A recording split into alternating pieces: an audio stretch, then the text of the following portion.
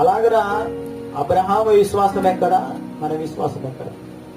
ఒక రోజు 3 రోజుల ప్రయాణం అయిపోయి తన జీతగాళ్ళని తీసుకొని తన కొడుకుని తీసుకొని 3 రోజుల ప్రయాణం అయిపోయి మోరియా పర్వతంలో అవపడిన తర్వాత మీరు ఇక్కడ ఉండండి నా మొక్కుబడి చెల్లించుకొని వస్తానని ఆ పర్వతంలో మీదకి ఎక్కి అబ్రహాము నడుస్తున్నాడు. ఆ పర్వతం మీద నడుస్తుంటే కొంచెం దూరం పర్వతం ఎక్కుతున్నాడు. ఇస్సాకు నడుస్తుండేపటి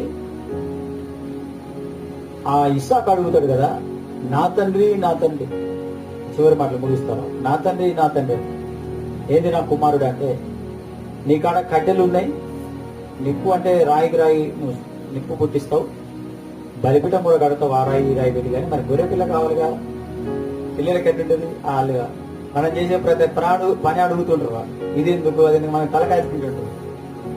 మనం ఏదో ఆలోచిస్తుంటాం, ఏదో నేను ఆ పని ఎటువై ఈ పని ఎటువై మనం ఎట్లా బతకాలి